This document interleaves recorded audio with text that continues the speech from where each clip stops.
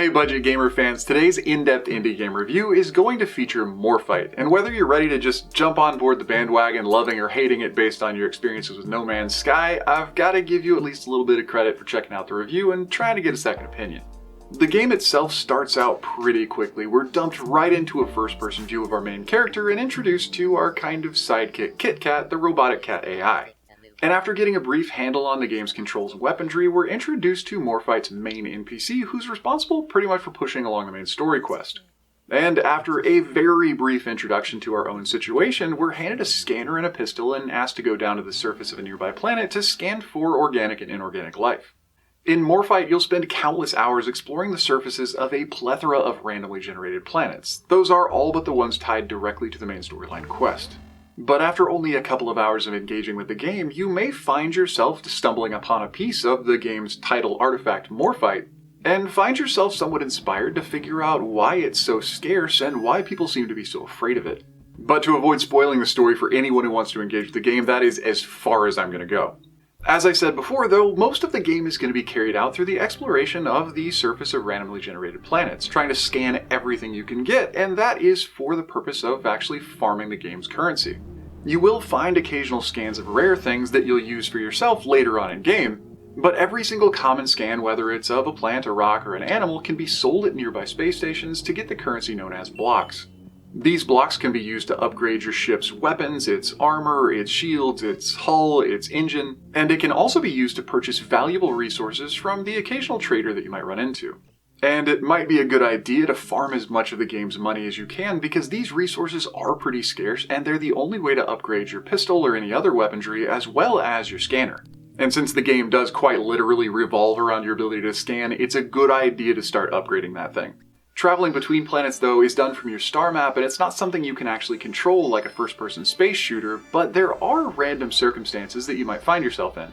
Sometimes you might encounter a benevolent traveler that refills your fuel supply, or sometimes you might encounter a random trader, or sometimes you might encounter a space battle or an entire field of asteroids you have to navigate through.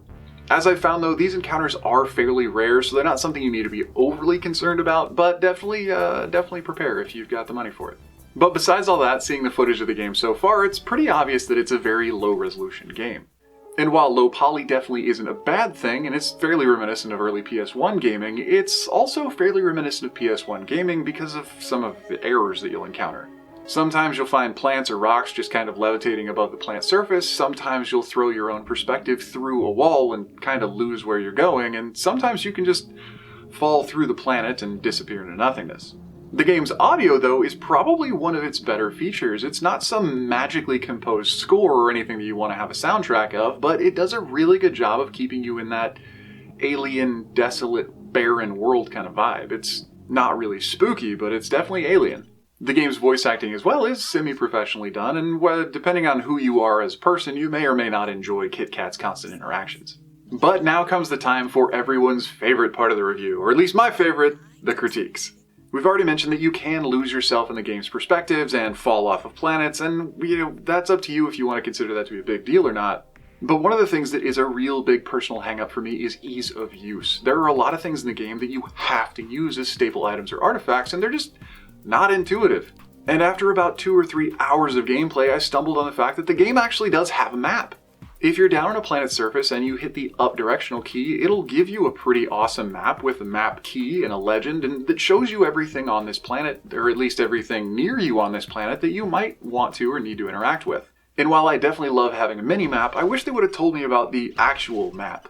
The other thing is the fact that your gameplay literally revolves around 2 things, your blaster and your scanner. The game instructs you that by pressing the left shoulder button, you can open up a menu of all of your usable items. But if you just press the down button, you can cycle between your destructive weapons, and if you press the left or right buttons, you can cycle between everything in your inventory, and it's much more convenient. But again, as I said, as convenient as that is, there's absolutely no reason the scanner doesn't have its own button. But besides all those things that really do depend on more of what type of gamer you are and your expectations, the biggest critique for the game is arguably its expectations. Morphite is not an action game. It is a very casual, purposeful exploration game. And even though you do have different kinds of weapons, that is not the purpose of the weapons. They're more used as keys for a puzzle game. Bombs aren't meant to blow enemies up, they're meant to break walls. Your pistol isn't meant to kill enemies, even though you can use it for that. It's meant to activate power nodes, and other guns that you pick up along the way are meant to open other types of doors. And in an almost Metroid sort of way, the more you gain in the game, not the more powerful you become, but the more areas you have access to. And so in that sense, if you're coming at this as an action game, as anything remotely related to a Halo type, go down to the planet and kill all the aliens type game, you're going to be really disappointed. But if you're more in the vein of RPG or puzzle game, this probably is one you'd be interested in. But considering the ease of access and a few of the issues like, again, falling through the planet, Morphite should be taken to be a little bit less of a diamond in the rough and more of a rough diamond. It's actually a pretty good game if you are a member of that small demographic of gamers it was meant for. But even then, it does need a good amount of polish. But anyway, that does about wrap up the review of Morphite on the Nintendo Switch, so if you enjoyed the review, or especially if you found it helpful, feel free to throw me a like or comment to show your support. And don't forget to click that little bell icon when you subscribe to stay updated with the latest content. This is still a pretty young channel, and it's only about 18 months old, and every like, every comment, every subscription really does help. And if that wasn't enough of an incentive, there are new and unique indie games coming out literally every single day, so you're always going to find some new game to find out about right here. But anyway, this has been The Budget Gamer, so as always, thanks for watching.